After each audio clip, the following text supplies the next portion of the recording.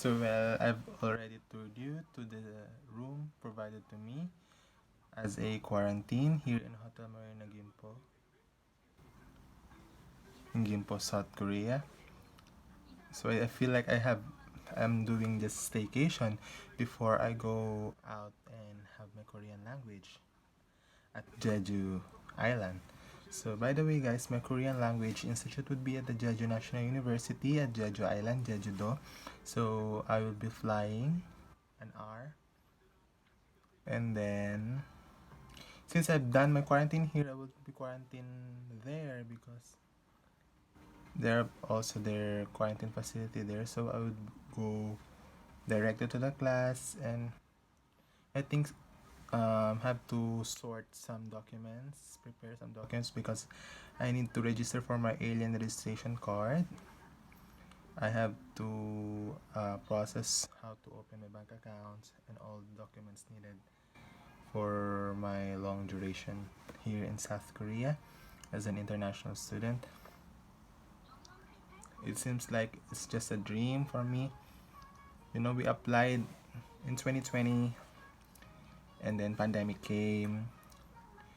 It was really difficult and tough times for us because we were uncertain on whether GKS would push through because we waited we submitted March, then we waited until June until they announced who were those who qualified for the first screening.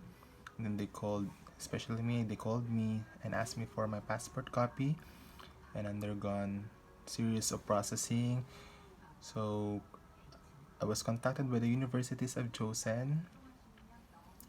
I've chosen Inha University, Chung'ang University, and Kangon University for my master's degree because I'm specializing in nursing. So those schools caters nursing course for their graduate studies.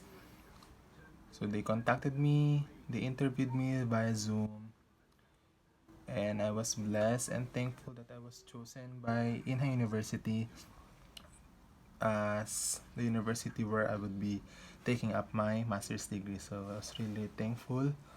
감사합니다 Inha University for choosing me. So after a 1-year Korean language course, I would be flying back again here in the peninsula in Incheon where Inha University is. So it would be another 2 years. And really, the 2020 gave us really tested our patience, gave us more strength and more preparation. As you can see, the world is still seems in delirium, is still in. We're still battling COVID-19, even though cases diminishes, even though restrictions were eased. But then we need to get up on our feet, still be prepared because we cannot see this. This is an unseen enemy. This pandemic is an unseen enemy. It really taught us that we really need to prepare for certain things. Just like us, we prepare for a year. Before I applied for the GKS. By the way, fun fact, I tried to apply way back 2019, but then when I opened the application, it says that the submission date would be tomorrow when I open it. So it was like impossible for me to submit a document tomorrow, which is the deadline. So it was like for me a silver lining. So I just said that I need to prepare and submit for the 2020 GKS application.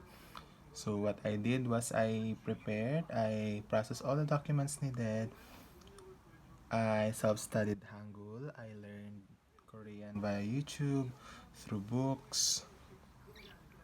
I did not depend and wait for a year before I learned Korean because I know it would be an edge if you have something to say, especially to the ones choosing you. Why do you want to become a GKS scholar? Why they wanted you to be chosen as a GK scholar. So I wanted to have some weapon in me, even though I'm not that fluent, but I can still, it was really